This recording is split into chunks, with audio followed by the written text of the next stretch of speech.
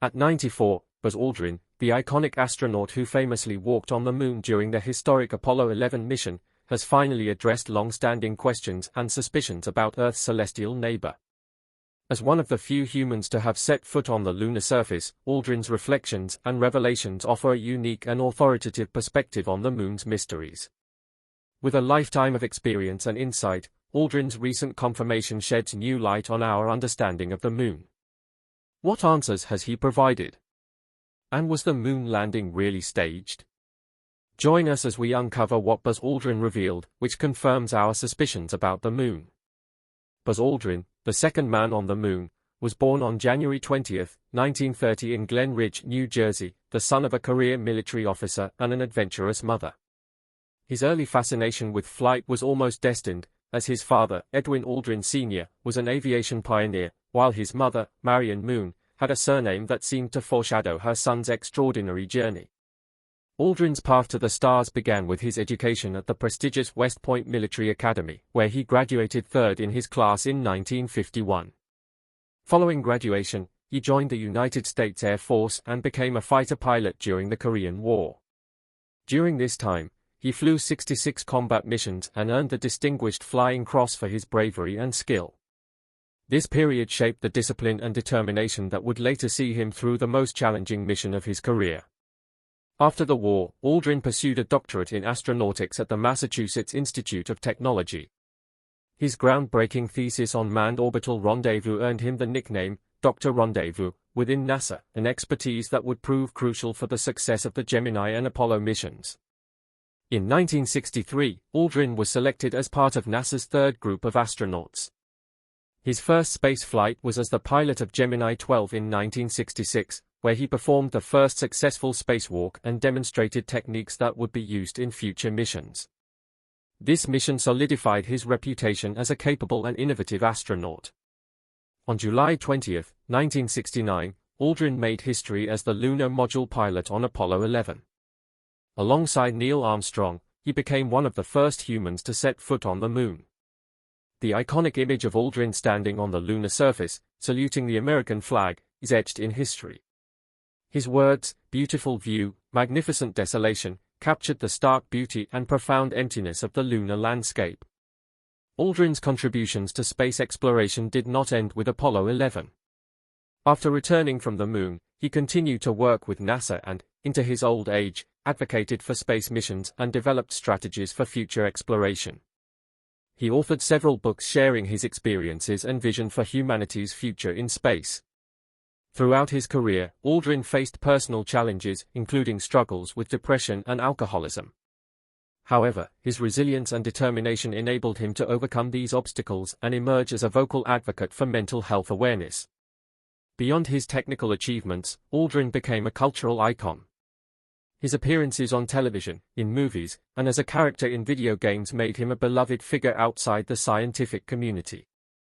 His charismatic personality and unwavering passion for space exploration have inspired generations to look to the stars and dream of what lies beyond. At 94, as Aldrin sat before an audience, his legacy as a pioneer, a hero, and a living testament to the spirit of exploration was undeniable. He was ready to confirm what many had long suspected and share one more piece of his incredible journey. But before that, how did the space race even begin? The space race, a defining period in mid-20th century history, was marked by intense competition between the United States and the Soviet Union. This rivalry spurred remarkable advancements in space exploration and technology. The space race began on October 4, 1957, when the Soviet Union launched Sputnik 1, the first artificial satellite to orbit Earth. Weighing 83.6 kilograms, Sputnik 1's successful launch and transmission of radio pulses demonstrated the Soviet Union's superior technological capabilities and sparked a renewed focus on space exploration in the United States. In response, the U.S. established NASA on July 29, 1958, to accelerate its space efforts and regain its competitive edge. The Soviet Union continued to lead with significant milestones, including sending Yuri Gagarin into space on April 12, 1961, aboard Vostok 1. Gagarin's historic mission, which lasted 108 minutes and completed a full orbit around Earth, made him the first human in space. This achievement highlighted Soviet engineering prowess and represented a major psychological victory during the Cold War. The US responded to these advancements with a bold commitment. On May 25, 1961, President John F. Kennedy pledged to land an American astronaut on the Moon and return them safely by the end of the 1960s. This ambitious goal led to the Apollo program, designed to fulfill Kennedy's promise. The Apollo program's pinnacle came with Apollo 11 on July 20, 1969. Neil Armstrong and Buzz Aldrin achieved the historic feat of walking on the Moon, with Armstrong's iconic words, "That's one small step for man, one giant leap for mankind," capturing the significance of the moment. Aldrin's subsequent moonwalk further solidified their achievement in the annals of space exploration. The scientific and strategic importance of the Moon has been profound. Studying the Moon offers insights into planetary formation and the evolution of celestial bodies, including Earth. The Moon's surface preserves a record of cosmic events that predate those on Earth, providing invaluable data for understanding the early solar system. Furthermore, the Moon's proximity to Earth makes it a potential launchpad for future space missions, including those targeting Mars and other distant destinations. The Moon has also played a significant role in inspiring cultural and scientific endeavors. It has been a source of fascination and inspiration, appearing in myths, stories, and artworks throughout human history. The achievements of Apollo 11, and the subsequent exploration missions, have continued to captivate the public imagination and drive interest in space exploration. Following the Apollo missions, the focus of lunar exploration shifted to long-term scientific research and practical applications. The development of technologies for sustainable lunar bases and resource utilization has been a major focus. For instance, the potential use of lunar resources, such as helium-3, offers the prospect of advancing nuclear fusion technology. Helium-3, a rare isotope on Earth but more abundant on the Moon, could become a crucial fuel for future fusion reactors, providing a sustainable energy source with reduced radioactive waste compared to traditional fission reactors. Recent technological advancements have furthered our understanding and capabilities in lunar exploration. For example, China's Chang'e 4 mission, which achieved a soft landing on the Moon on January 3, 2019, represents a significant milestone. This mission has provided valuable insights into the Moon's geology and surface conditions, contributing to our knowledge of lunar history and potential for future exploration. Looking ahead, global space powers are developing ambitious plans for lunar exploration. Proposals such as the Lunar Surface Electromagnetics Experiment Lander aim to revolutionize our understanding of the early universe by measuring electromagnetic waves from the Moon. Additionally, future missions will address challenges related to extreme lunar temperatures and radiation, with a focus on developing resilient spacecraft and habitats. Efficient heating and cooling systems will be essential to maintaining habitable conditions and supporting long-term exploration and potential lunar settlements. Overall, the space race and subsequent lunar missions have left a lasting legacy, advancing our understanding of space and inspiring future generations. The quest for exploration and scientific discovery continues to drive human ambition, with the Moon serving as a key stepping stone in our ongoing journey into the cosmos, and this raises the question: how did the Moon landing really happen? Buzz Aldrin's role in the Gemini program solidified his importance in space exploration. Initially a backup crew member for Gemini 10, Aldrin and Jim Lovell were promoted to the prime crew after the original crew tragically died in an air crash. This unexpected shift elevated Aldrin to a leadership role, allowing him to make significant contributions to space missions. During Gemini 12, launched on November 11, 1966, Aldrin achieved numerous milestones, including successful rendezvous and docking maneuvers and multiple extravehicular activities, EVAs, setting records and contributing to scientific objectives. This set the stage for his pivotal role as lunar module pilot in the Apollo 11 mission, marking a significant milestone in American space exploration. Aldrin's career reached its zenith during Apollo 11. On July 16, 1969, Apollo 11 made history with the first manned moon landing, a major human achievement. Aldrin, along with mission commander Neil Armstrong and command module pilot Michael Collins, embarked on this historic journey to the Moon. Approximately 1 million people watched the Apollo 11 launch from various locations near Cape Canaveral, Florida, while it was broadcast live in 33 countries, with around 25 million Americans tuning in. This event was a landmark moment in space exploration. Apollo 11 launched at 13:32 Coordinated Universal Time from Launch Complex 39 Alpha at Kennedy Space Center and entered Earth's orbit 12 minutes later. After circling Earth 1.5 times, it began its journey to the Moon using its SIVB third-stage engine. By July 19, Apollo 11 reached the Moon and fired its engine to enter lunar orbit. During approximately 30 orbits, the crew identified their landing site in the Sea of Tranquility. The following day, Aldrin and Armstrong boarded the lunar module, Eagle, and prepared for their Moon landing. At 17:44, the Eagle separated from Columbia, Apollo 11's main spacecraft. Thanks to Aldrin's expertise, the lunar module successfully navigated the complex stages of descending, landing, and ascending from the Moon's surface.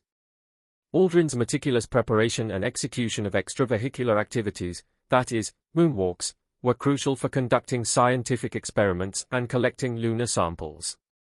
The journey to the Moon's surface was nerve-wracking and pivotal to Apollo 11. As they neared the landing site, Armstrong noticed the area was littered with large rocks. Demonstrating exceptional piloting skills, he took manual control and guided the module to a safer location, using a significant portion of its fuel. They landed on July 20. Aldrin, a Presbyterian elder, performed a religious ceremony on the Moon, a first in space exploration. After several hours, Armstrong became the first human to walk on the Moon, declaring, "That's one small step for man, one giant leap for mankind." Aldrin joined him 19 minutes later, becoming the second person to walk on the Moon. Upon stepping onto the lunar surface, he exclaimed, "What a breathtaking sight, capturing the Moon's stark beauty." While exploring the lunar surface, Armstrong and Aldrin conducted experiments, gathered samples, and planted the American flag, symbolizing NASA's Apollo program's remarkable achievement and the dedication and innovation behind it. After setting up the lunar flag assembly, they conducted further experiments and spoke with President Nixon before preparing to leave. They also deployed scientific instruments like a seismometer and a laser reflector. As Armstrong explored a nearby crater, Aldrin collected lunar samples. Using a pulley, they carefully lifted lunar material and film boxes to the hatch.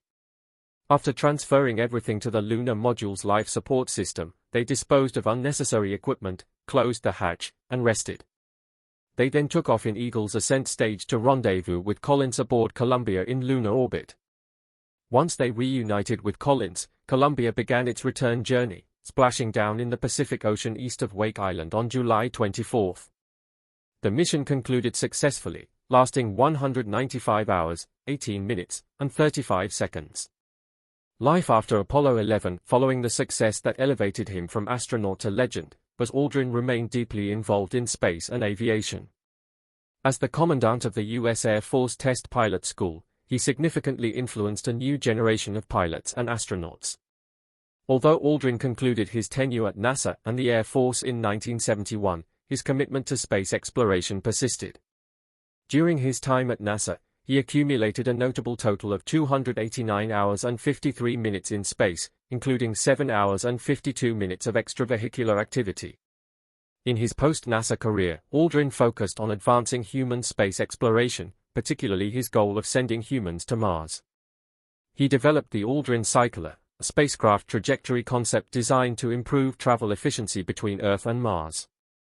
This innovative method aims to reduce travel time and fuel consumption, making Martian expeditions more feasible. Aldrin's advocacy extended to space policy and education, where he worked to inspire and support the next generation of scientists, engineers, and astronauts. Aldrin founded the ShareSpace Foundation, an organization dedicated to promoting STEM education. Through this foundation, he has provided students with practical experiences and resources to foster their interest in space and science. Additionally, Aldrin has authored several books, including his autobiography, Magnificent Desolation, and children's books aimed at inspiring young readers to dream of space exploration. His writings offer insights into his experiences and a vision for the future of space travel, encouraging readers to broaden their horizons and consider humanity's potential in the solar system. Aldrin has also shared his observations on the Moon, including the enigmatic far side, which he described as a breathtakingly desolate landscape. His insights have contributed to our understanding of the Moon's geology and its potential for future exploration. Following the historic Moon landing, Aldrin maintained a certain reticence about his lunar experiences, which sparked public curiosity and speculation.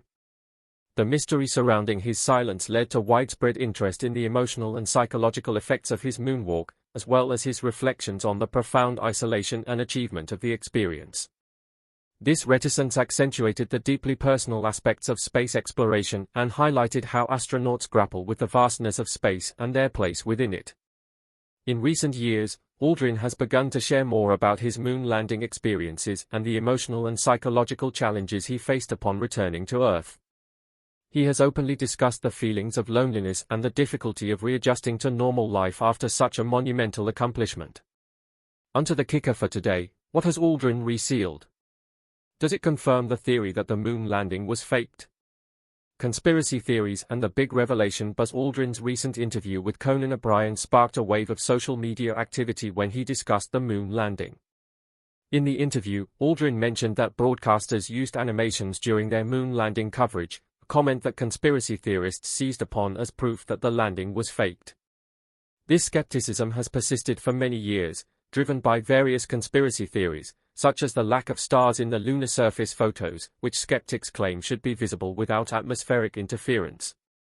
Additionally, anomalies like the fluttering flag and inconsistent shadows in the photographs have fueled these suspicions.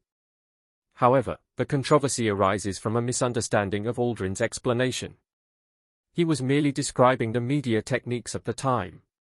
In the 1960s, technological limitations and the challenges of live broadcasting from space meant that television coverage of the moon landing involved a combination of real footage and animations. These animations were used to help viewers better understand the mission, as it was difficult to convey the full scope of the event with the available technology. Aldrin never suggested that the moon landing was a hoax. In 2009, NASA released digitally remastered footage of the moon landing, offering clearer images of this historic event. Furthermore, institutions like the Smithsonian National Air and Space Museum and the National Science and Media Museum have detailed the technical and logistical challenges of recording and broadcasting the moon landing. Margaret Whitecamp, the chair of the Space History Department at the Smithsonian, explained that the limitations of 1960s technology necessitated the use of animations to convey the story of the moon landing to the public. Reports, photographs, and expert analyses confirm the reality of the moon landing, highlighting its significance in space exploration.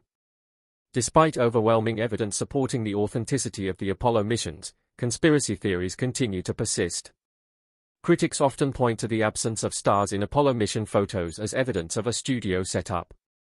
However, these photos were taken during the lunar daytime when the bright sunlight made the stars invisible to the cameras. Skeptics also mention the flag's fluttering, which can be attributed to the moon's lack of atmosphere and weak gravity, causing unusual visual effects.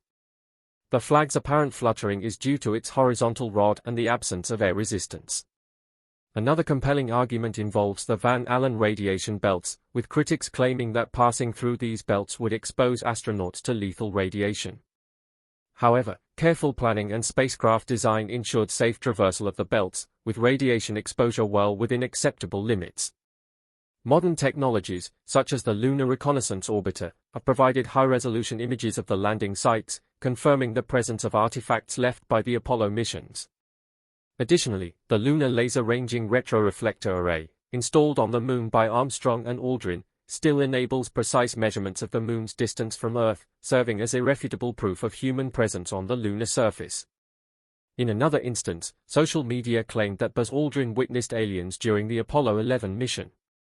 Aldrin did describe seeing an unidentified object outside the spacecraft, but he clarified in a 2014 Reddit Ask Me Anything session that it was likely sunlight reflecting off panels from the spacecraft, not evidence of extraterrestrial activity. Some even claimed that Aldrin underwent a lie detector test about this sighting, but NASA confirmed that these claims were taken out of context. The roots of moon landing conspiracy theories can be traced back to Bill Kaysing's 1976 book, We Never Went to the Moon, America's $30 Billion Swindle. This book was released during a time of political distrust, and these theories have resurfaced with the advent of the Internet. In 2002, Aldrin famously punched conspiracy filmmaker Bart Sibrel, who accused him of faking the moon landing. Despite the persistence of these theories, it is more productive to celebrate the achievements of the Apollo program and humanity's remarkable accomplishments in space exploration. To tackle these conspiracy theories head-on, one must first comprehend the assertions they make. For example, the non-parallel shadows in Apollo photos can be attributed to the lunar surface's topography and the angle of the Sun. The theory that filmmaker Stanley Kubrick staged the moon landing is also implausible, given the technological limitations of the time. The continued interest in lunar exploration is evident in NASA's Artemis program and future plans for space exploration. A wealth of evidence supports the reality of the Apollo moon landings, including moon rocks, lunar dust, laser reflectors, and images from the Lunar Reconnaissance Orbiter. The Apollo missions represent a pinnacle of human ingenuity and exploration, demonstrating our capacity to reach beyond Earth. The space legend has shared his insights into the before, during, and after the moon landing, including the far side. But what exactly did he see on this side of the moon? Reflecting on his Apollo mission experiences, Buzz Aldrin recounted his views of the moon's far side. Although he never set foot on this uncharted area, he, like his fellow astronauts, saw its majestic vista from orbit. Aldrin described the far side as magnificent desolation, a stark, barren landscape. Despite being called the dark side, it receives sunlight just like the near side. This term arises from the moon's synchronous rotation, which keeps the same side facing Earth, rendering the far side invisible from our planet. Aldrin highlighted that the far side differs significantly from the near side. It lacks the expansive dark plains called Maria found on the near side and instead features rugged terrain with countless impact craters and towering mountain ranges. Extreme temperature fluctuations characterize the far side, reaching scorching highs of 127 degrees Celsius during the lunar day and plummeting to -173 degrees Celsius during the lunar night. These extremes occur due to the moon's lack of atmosphere, akin to Mercury. One notable feature on the far side is the South Pole Aitken Basin, one of the largest and oldest impact basins, spanning about 1,600 kilometers in diameter. Only 18% of the far side is visible from Earth due to libration, a slight rocking motion of the moon. The remaining 82% remained hidden until October 1959, when the Soviet probe Luna 3 captured the first images. Further missions, including Zond 3 in 1965, revealed more details, leading to the Atlas of the Far Side of the Moon by the USSR Academy of Sciences. NASA's Ranger 4 probe reached the far side in April 1962, marking the first American exploration, though it did not return scientific data. The American Lunar Orbiter program from 1966 to 1967 mapped the far side, unveiling previously unknown terrain. Human eyes first saw the far side during the Apollo 8 mission in December 1968. Astronaut William Anders described it as a sprawling sand pile with irregular bumps and hollows. Despite occasional communication blackouts when spacecraft were behind the moon, subsequent Apollo missions and lunar probes continued exploration. Past proposals included landing on the far side, such as one by geologist astronaut Harrison Schmitt for Apollo 17, but logistical and budget issues prevented it. Recent advances, like China's Qiuqiao relay satellite launch in 2018, have improved communication with lunar missions on the far side. On January 3, 2019, China's Chang'e 4 spacecraft achieved the first soft landing, conducting groundbreaking research with advanced instruments. This mission offered new insights into the far side's geological evolution. Leading astronomers now propose installing a large radio telescope on the far side to avoid Earth's radio interference, enhancing astronomical observations. The far side's natural formations, like bowl-shaped craters, offer promising locations for these telescopes. Overcoming challenges such as lunar dust contamination and solar flares is crucial for maximizing their potential. Looking ahead, global space powers have ambitious lunar exploration plans. Proposals like the Lunar Surface Electromagnetics Experiment Lander could revolutionize our understanding by measuring early universe electromagnetic waves. The far side also offers opportunities for resource exploration and potential lunar settlements, with significant helium-3 concentrations for fusion reactors. Future lunar missions will face challenges like extreme temperature differentials, requiring resilient spacecraft and habitats. Efficient heating and cooling systems will be vital for sustaining habitable conditions. The discovery of thorium on the far side is promising for nuclear fusion reactors. Thorium-based fusion technology could provide sustainable energy for lunar missions and settlements, with reduced radioactive waste compared to uranium fission reactors. Although still developing, thorium-based fusion holds great potential. Unlike fission, which splits atoms, fusion combines atomic nuclei, releasing much greater energy. Advancing thorium-based fusion research could lead to energy independence for lunar endeavors, paving the way for sustainable exploration and reducing reliance on earthbound resources. Buzz Aldrin's achievements have no doubt left marks on the sands of time. He goes on to tell of his experiences, and his legacy stands solid. What does he tell us about the future of moon exploration? Buzz Aldrin achieved feats that many could only dream of, yet he always stayed humble about his contributions to space exploration. He often remarked on his incredible fortune and the significance of being part of something far larger than himself, emphasizing that the journey to the moon was a collective endeavor of all humanity. Aldrin frequently reflects on the profound impact of the Apollo 11 mission. He recognizes that their historic moon landing inspired generations and ignited a global enthusiasm for space exploration. Standing on the lunar surface and looking back at Earth, he felt a deep connection to everyone back home, which highlighted the smallness of our planet and the interconnectedness of all people. This perspective influenced his views on the necessity of international cooperation and a united effort in space exploration. Aldrin also underscores the symbolic importance of their mission. He believes that the Apollo 11 mission demonstrated what humans could achieve when united by a common goal. The moon landing was not merely about science and technology, it was a testament to human spirit and perseverance. It proved that no dream is too big if pursued with courage. Looking toward the future of space exploration, Aldrin is both optimistic and forward-thinking. He strongly supports missions to Mars and sees the colonization of the Red Planet as humanity's next significant step. For him, the question is not whether we will go to Mars, but when.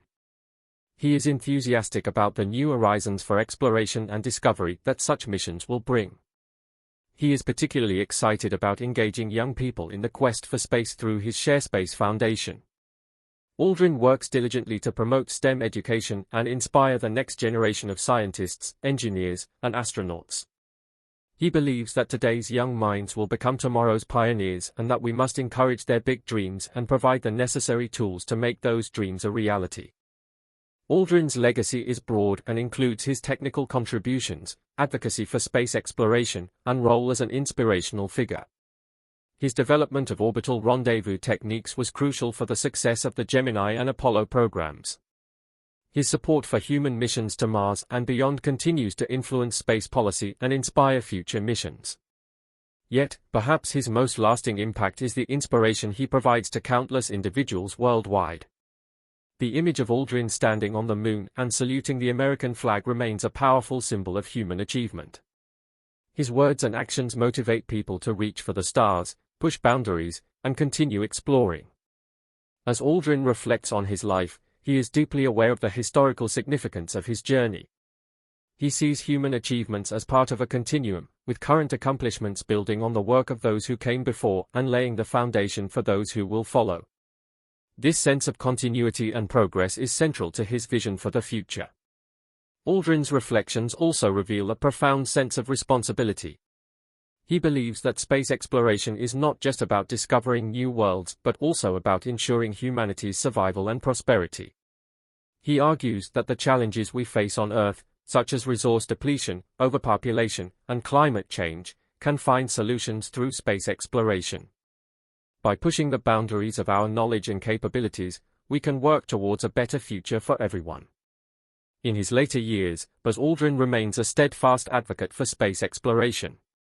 His reflections and insights continue to inspire and motivate those who seek to follow in his footsteps.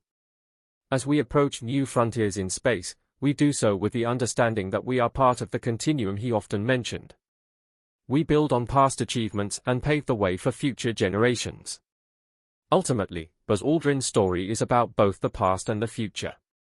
It shows the boundless potential of human ingenuity and the unyielding desire to explore and understand the universe. As we look to the stars, we remember the incredible journey that brought us here and the pioneers like Buzz Aldrin who made it possible. His legacy will continue to inspire and guide scientists as they embark on the next great adventure in space exploration. What do you think about Buzz Aldrin's revelations? Let us know in the comments below. Thank you for watching. Don't forget to like and subscribe to see more videos. While you're still here, click the video on your screen for another interesting content.